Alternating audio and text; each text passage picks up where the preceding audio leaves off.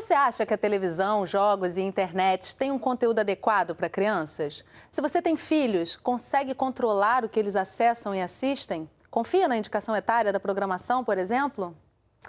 Hoje a gente vai conversar sobre esse controle e o impacto que esses meios têm na formação das crianças. Comigo aqui no estúdio a pedagoga Débora Garcia, que é gerente de conteúdo e novas mídias do canal Futura e tem uma filha de 5 anos, e a psicóloga Vanusa Postigo, que é mãe de 2 filhos. Gente, muito obrigada pela presença de vocês aqui comigo no estúdio. Eu vou começar com você, Débora, que é profissional de TV, fazendo uma pergunta fundamental. O que você acha da programação da TV em geral quando se pensa na formação da sua filha, por exemplo?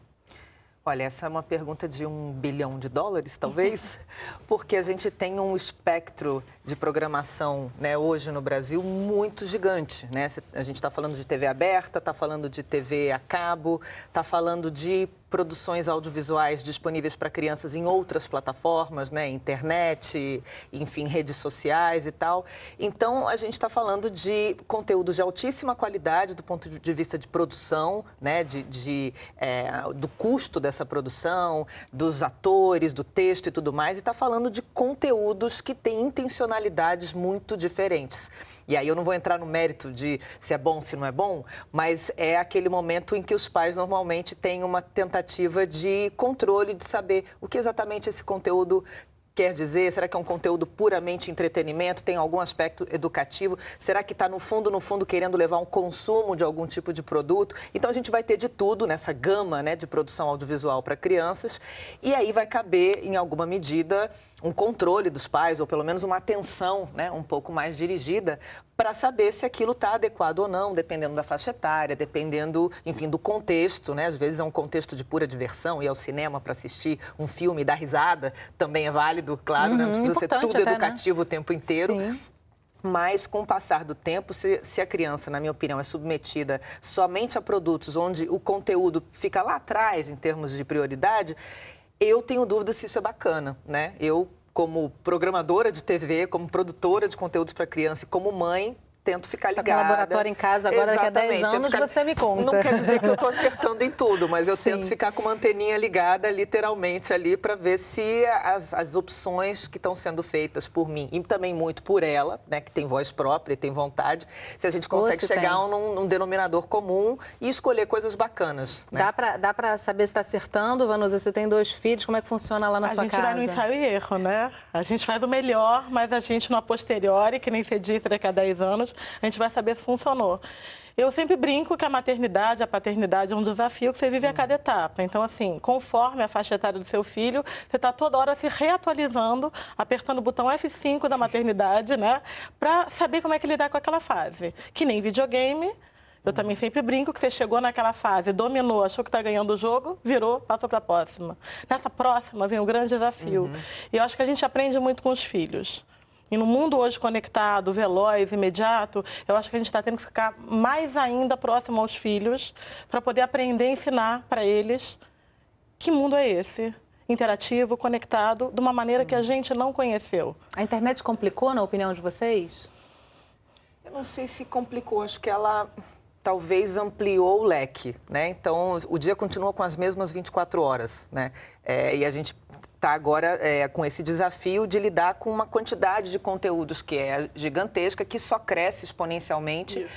O conteúdo não está mais só na mão dos grandes produtores de conteúdo, como historicamente isso se consolidou. Hoje, qualquer um de nós podemos ser considerados consumidores e produtores de conteúdo. Um vídeo que o seu filho faz no celular e posta e compartilha, um texto. Não tem indicação etária, Não tem indicação etária, não tem nem autorização de imagem. Ele pode usar a trilha que ele quiser, coisas que são restritivas para as produções profissionais, não são restritivas para qualquer um que tenha ser até são, né? Mas não são respeitadas e tudo mais. Implementado. Então, realmente, de certa maneira, a gente pode dizer que se complexificou, que esse cenário está mais tá mais denso de você navegar por mundo. ele. Né? A gente tem que marcar que a gente viveu uma era analógica, né? Eu brinco que eu sou analógica da geração X e eu tenho filhos da geração Z totalmente nativos digitais.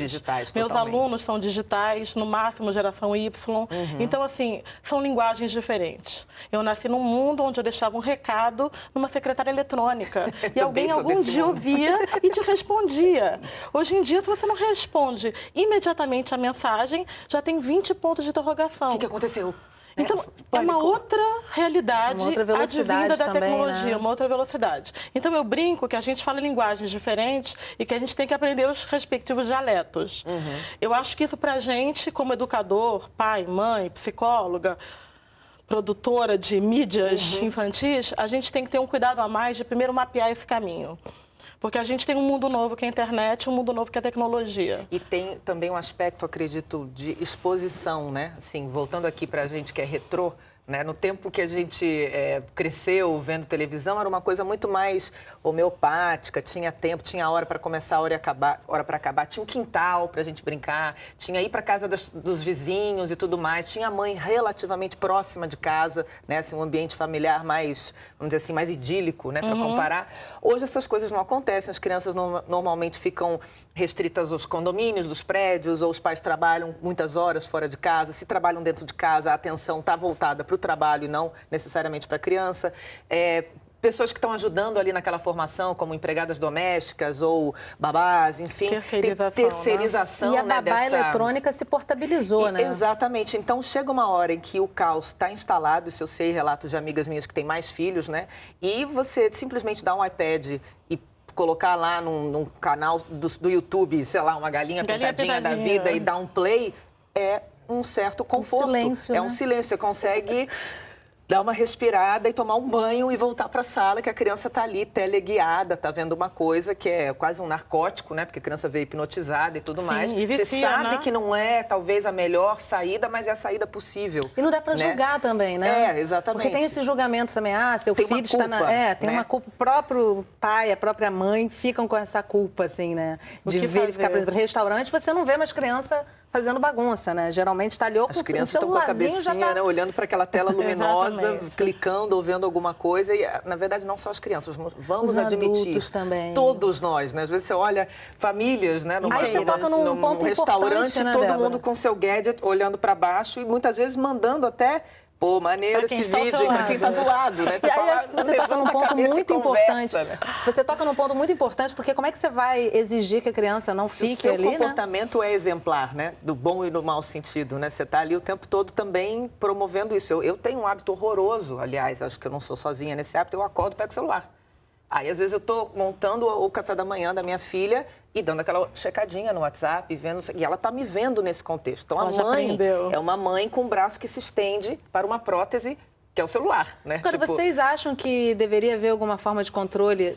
Porque na TV, por exemplo, você tem a faixa de horário que você antigamente tirava a TV da tomada e, de repente, a criança menorzinha ela não ia conseguir ver. Hoje, realmente, com a internet, isso se escandalizou, vamos dizer assim, né? Porque não tem limite de hora. É um mundo sem fronteira. Como é que faz, gente, para... Eu acho que esse é um desafio que Débora estava tocando no ponto daquela babá eletrônica que era a televisão. Só que a televisão você tinha um controle. Você tinha uma televisão, geralmente, na casa, não eram 10 aparelhos espalhados, um em cada cômodo. O adulto, ele legislava sobre o conteúdo. Mandava a criança dormir, naquela escolha, absolutamente soberano. Então, o que está acontecendo hoje, com essa revolução digital, que se chama, com a revolução da era da informação, com essa tecnologia barata, que hoje o celular é um computador de bolso. Há 20 anos você tinha funcionalidades, né? Ele pode fazer um monte de tudo. coisa. Ele é um computador. E é portátil. Né? Você leva para isso transformou nosso cotidiano. Então, a gente está sendo convidado a repensar que aquele controle, como adulto, a gente tinha sobre a criança, ele está se diluindo. Esse é um ponto 1. O ponto 2, que eu também acho muito importante, é que pela primeira vez, talvez, na história da humanidade, as crianças sabem mais que os adultos no que concerne a tecnologia. Então, está havendo hoje uma certa inversão, uma inversão de hierarquias, que se antes a criança se dirigia ao adulto, totem, para tudo perguntar, hoje a gente chega para o filho e fala assim... Como é que programa aquele filme para gravar na TV a cabo? Hello! Como é que muda a foto aqui desse celular novo que eu não estou entendendo? As crianças, com toda a sua facilidade de aprendizagem, elas estão passando à frente dos adultos. Essa geração Z, toda conectada e ligada, ela dá banho e aula na geração Y, Z e os baby boomers, que são os vovós. Nossa, então, a gente, muito. pela primeira vez, tem uma inversão também de hierarquias. Então, até para você dar esse limite fica complicado, né? Porque se antes você colocava uma senha ali para não entrar em determinados canais, hoje isso está vindo ajuda por terra. deles para botar. Agora, a gente, para poder também trazer essa realidade para dentro do programa, a gente foi visitar uma família para ver como é que eles lidam com isso. A gente vai assistir isso já já. Então, a gente vai para um rápido intervalo e, na volta, você vai ver como o Luiz Gabriel e a Renata administram isso com os 2 filhos em casa. Não sai daí, a gente volta já.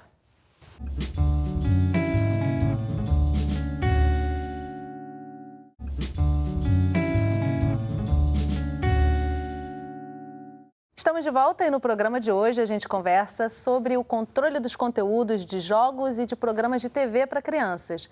E a nossa equipe foi saber como o Luiz Gabriel e a Renata administram isso com os 2 filhos em casa.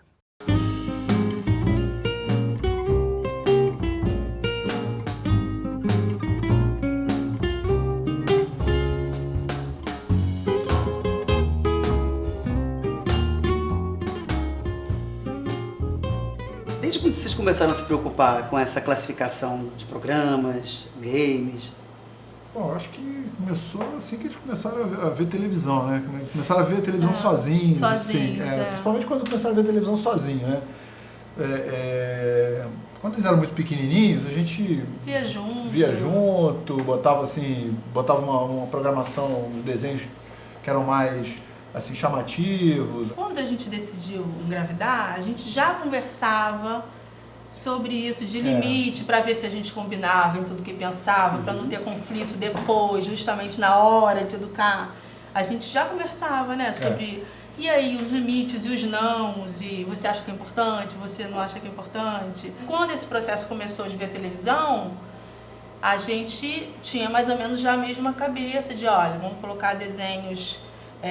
principalmente assim, DVD, canal fechado, para não ter exposição a comerciais que eles não podiam ver, para eles já não ficarem expostos. Bem que ele gosta muito de ver revista em quadrinho, por exemplo, não é só mídia televisiva, alguma coisa assim, é quadrinhos que, ai mãe, olha o Batman, que legal, mas tem um palavreado que não é um palavreado infantil. É um palavreado pesado. Se você pegar uma revista esse caso aqui da revista, você pegar uma revista do Batman, qualquer super-herói da década de 60, 70, e comparar com a história em quadrinhos de hoje, do mesmo personagem, assim, o nível de violência que tem hoje dentro de uma revista dessa de super-herói é muito maior, né? Vocês acham que certos conteúdos influenciam na formação deles? Eu acho que sim. Eu acho que sim. Até, assim, no comportamental.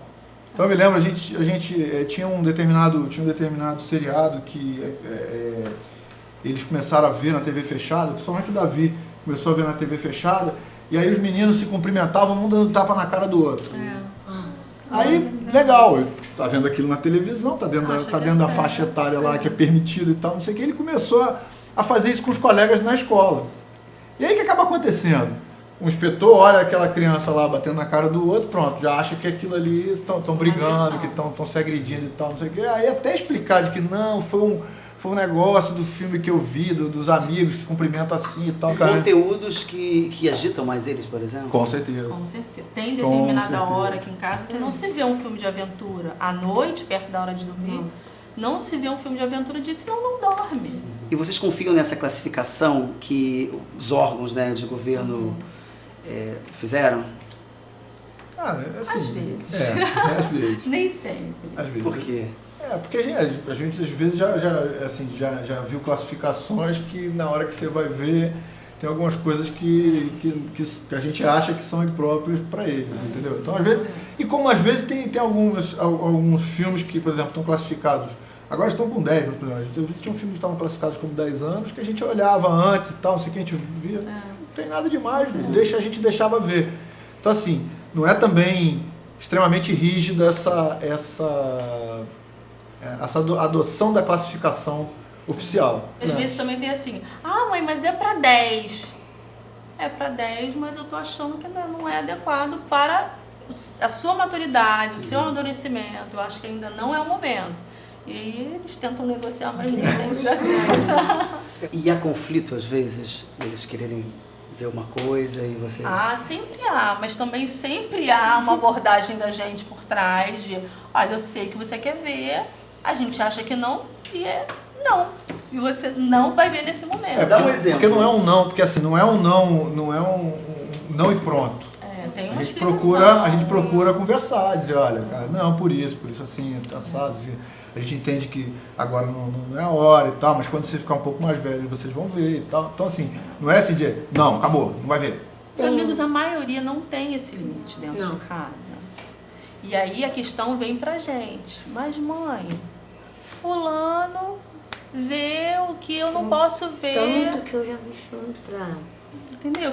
Mãe, fulano joga jogo pra 18, filme pra 18. Vê esses filmes, todos que a gente não deixa, que vocês não deixam a gente ver, eles vêm. Mas aí vem a questão, mas eu não sou mãe do amiguinho, cada família é de um jeito, cada família tem os seus limites. Agora, aí eu volto pra eles, é importante? Você não acha importante ter limite?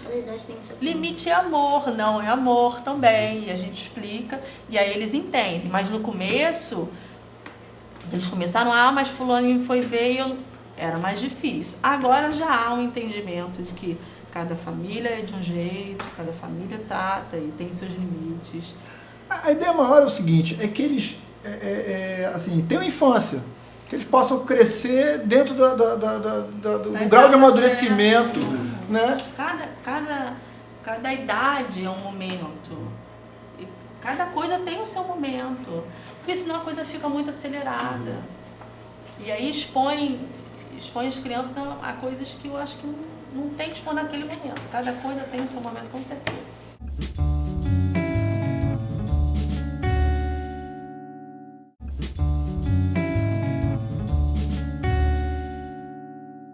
Estamos de volta e no programa de hoje a gente conversa sobre o controle dos conteúdos de jogos e de programas de TV para crianças. Comigo no estúdio a pedagoga Débora Garcia e a psicóloga Vanusa Postigo. Gente, antes da gente ir para os comentários da reportagem que a gente viu na família, que tem todo um contexto ótimo com relação à TV, eu queria perguntar uma coisa para vocês. Essa discussão fica muito limitada a uma classe social elevada? Ou é possível, sem um conhecimento, acesso à informação, um pai ou uma mãe tem essa percepção também dessa necessidade? Como é que vocês veem isso? Eu acho, assim, eu vou falar aqui absolutamente uma intuição, tá? Porque eu não tenho dados concretos sobre isso. Mas se a gente for olhar o comportamento das classes populares, eu acho que a gente tem um dado importante, que é a questão da religiosidade, que perpassa, né? Que a gente basta andar pela cidade para a gente ver a quantidade de igrejas, estou falando especificamente das igrejas evangélicas, numa posição um pouquinho mais, vamos dizer assim, mais rigorosa ou mais rígida. E eu acho que aí tem um veto de alguns conteúdos, sim. Acho que de alguns palavreados, de alguns comportamentos e até de algumas amizades, né? Eu noto isso por frequentar, enfim, ter contato com pessoas de menor poder aquisitivo e perceber isso na fala delas. Então, acho que, por um lado, tem sim uma coisa da classe média, ter uma exposição grande a conteúdos, a informação, né? Até a própria troca entre amigos e tudo mais, mas eu acho que isso não está circunscrito somente a esse grupo. Ele acontece em outras instâncias, eu diria, nas classes populares. O que eu acho que, eventualmente, é o problema é com quem tem muita grana. E aí eu ouço o relato, talvez Vanusa, psicóloga, né, possa ter também esse relato, talvez, de consultório, que é quando existe, talvez, uma questão ligada a um poder aquisitivo muito maior, ou seja, uma terceirização da maternidade muito mais intensa, né, com mais pessoas fazendo parte da equipe equipe parental, vamos dizer assim, mais gente atenta, mais gente atenta, é a babá, é a folguista, não sei mais o que, aí a coisa está toda terceirizada e aí eu acho que o controle, ele pode até haver, mas ele vai estar terceirizado também, vai ser o crivo, né, daquela pessoa que está cuidando do seu filho, ou da escola, ou do motorista, ou de sei lá quem que está ali. Sob a percepção dela Sob também, a percepção dessa pessoa. Acho que aí tudo vai sendo meio que delegado. Mas também, de novo, eu estou falando aqui de uma pura percepção. Sim, né? sim, Não é... sim. Não estou baseada em nenhum estudo científico para fazer essa afirmação. Não sei o que Eu tenho a Vanusa impressão pensa. que até a gente não pode falar em diferença de estratos sociais, não. Eu acho que a falta de informação em relação à internet, ela perpassa todas as camadas, até porque é uma coisa muito nova. Então, acho que a gente está aprendendo ainda. Você faz um trabalho assim. numa área social, né, Vanusa, na ONG Viva Rio. Como é que você percebe isso nesse trabalho? Ali eu dou aulas muito específicas sobre drogas, mas as redes sociais aparecem em qualquer espaço de vida. Eu comecei a dar aula uns 20 anos atrás e eu só tinha o quadro negro e o giz. 10 anos depois, eu estava dando aula numa faculdade particular aqui no Rio, os alunos já estavam todos conectados, questionando o meu conteúdo de aula via internet. Então, eu percebo uma mudança de subjetividade, de práticas de vida e cotidianas atravessadas por esse mundo novo. A gente aprende a lidar. Eu acho ótimo, eu sou uma internauta apaixonada. E eu sempre digo que a tecnologia em si, ela não é boa ou má. Ela vem para o bem e para o mal, Bom ou né? mal é o uso que a gente faz dela. Então, a gente tem que aprender a fazer um bom Concordo uso. totalmente. E falta a gente se informar. Falta a gente saber o tamanho. Eu sempre digo que a internet é que nem você sai na rua. Você não sabe o que você vai encontrar. Você vai deixar seu filho sozinho na rua? Não. A pessoa deixa o filho sozinho em frente a uma tela de computador com o mundo aberto. Até porque os pais também estão ligados a essa imensidão de conteúdo e acabam ficando dispersos E não se dão nisso. conta. Agora, eu queria trazer uma coisa que eu achei interessante, que o Luiz e que a Renata trouxeram, que é a questão dos comerciais, né? A questão da publicidade, Perfeito. que em alguns países, inclusive, é proibida a publicidade para restrições bem crianças. A sérias. gente já está num movimento assim Sim. do Porque consumo é na grave, infância. realmente, Muito né? Você grave. doutrina uma criança ao longo da infância a consumir o resto da vida, né? Com certeza. Falta esse controle. O Futura tem, eu posso dizer que eu trabalho num canal que tem esse privilégio, né? A gente não tem isso como foco, né? O Futura é um canal sem fins lucrativos, Como então canal a gente... saúde também. Exatamente, a gente É importante, compactua da mesma estrutura, né? De canal. Então a gente absolutamente não tem intervalo comercial. Pelo contrário, o nosso intervalo ele tem mais conteúdo. Lógico que numa medida menor ou numa outra intensidade, mas é conteúdo o tempo todo. Então, a gente tem até o relato de pais que dizem, poxa, é tranquilo deixar ligada a criança vendo o Futura na faixa infantil, porque a gente sabe o que vem lá. Primeiro tem um cuidado, aí eu estou falando do meu quintal Você mesmo, fala que é o com cuidado, propriedade, né? exatamente, desde a escolha, a origem desse material, a intencionalidade, as histórias do que se tratam, os valores que estão ali envolvendo os personagens e tudo mais. Até a questão étnica, quando a gente vai fazer ficção, né, o equilíbrio, né, para a gente não ficar só reproduzindo uma classe Até média quem não trabalha caucasiana em e TV, tal. Débora, entender como é que funciona esse processo. Assim, você assiste o material, você tem uma equipe que assiste item por item. Então, todo ano a gente tem vamos dizer, um catálogo de fornecedores nacionais e internacionais que tem todo tipo de produção, né? Desde documentários, filmes para criança, ficção, né? Novelas ou seriados, animações. E a gente tem um budget, um orçamento. E em função disso a gente vai escolhendo para compor a grade e normalmente a gente vai escolher produções que têm uma longevidade, né? Tem muitos episódios para poder preencher essa grade e a gente vai compondo de acordo com as faixas etárias. Então, a gente precisa ter uma coisa mais para 5 a 7, depois 7 a 12, que é uma faixa que eu diria... A zona do agrião das difícil. mais complexas. A zona do agrião. Aquilo que não é isso, não é aquilo, Exatamente, né? porque eles não Não é querem mais criança, não é conteúdo de adolescente. criancinha, mas também não dá para você colocar um conteúdo Que é o que de eles querem adulto, muitas vezes, que eles né? podem até aspiracionalmente quererem, mas não tá legal ainda. Então a gente tenta fazer essa composição e aí depois uma faixa mais jovem e tudo mais que já cola com a faixa adulta. Então tem esse critério, tem uma equipe que assiste tudo em várias línguas, dá uma avaliação lá, um critério lá, é bom, não é bom, tarananã, e a gente vai compondo essa grade. Além disso, tem a classificação indicativa, que a gente também faz, porque o Futura é aberto em algumas cidades do Brasil. E que é importante citar também que canal a cabo não tem essa a seguir a faixa obrigatoriedade. etária, O Futura, né? como tem essa particularidade de ser aberto em algumas localidades do Brasil, a gente tem que fazer a classificação indicativa. Então fica até a dica para os pais Sim. saberem que no canal a cabo não vão encontrar realmente essa importância. não faz parte do crivo. E aí é um problema. Volta e meia eu me vejo, eu e minha equipe, a gente olha, porque a classificação indicativa que vem, ela vem muito bem esmiuçada, o que pode e o que não pode em cada faixa etária, inclusive descrevendo os itens. presença de armas, linguajar chulo, nudez frontal. Coisas que estão muito naturalizadas para os pais, exatamente. né? Então a gente vai seguindo essa bula, né? Assim, isso aqui tem, isso aqui não tem, mas teve um palavrão ali no meio. Corta aquilo, aí é uma discussão. Imagina, um canal de educadores, já vira um fórum de debate. Cortamos, não cortamos, mas vamos violar a obra? Não, mas nessa faixa, então tira da parte da manhã, só põe de tarde. É um cuidado absurdo, mas para justamente a gente poder ter certeza que aquele selinho que está lá, indicação para 14 anos, 12 anos, indicação livre, a gente pode respirar tranquilamente e dizer, é livre, está tranquilo. Também, né? Exatamente. Porque é um trabalho que eles não vão ter tempo de fazer. Mas é um trabalho que os pais têm que fazer. A gente vê Luiz e Renata, o cuidado deles, primeiro discutir a relação. Discutir o projeto eles são em relação... exemplares. Perfeitos. Adorei. Conversam sobre tudo e ainda trazem as crianças para o diálogo.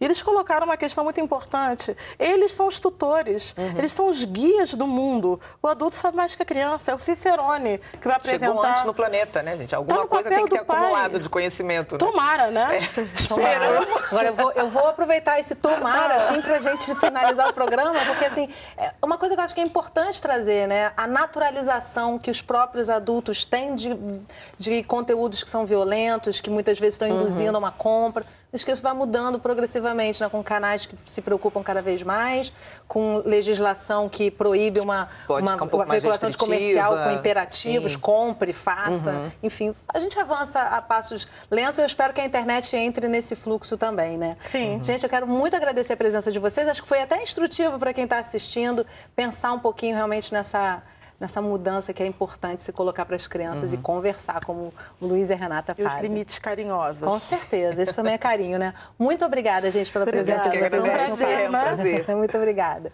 E obrigada a você que acompanhou a nossa conversa aqui pelo Canal Saúde, pela internet, por um dos nossos canais parceiros. E não esquece de acessar nossa página, ligar, mandar um e-mail, até carta tá valendo. Não vai faltar a nossa próxima Conversa em Família. Até lá. Tchau.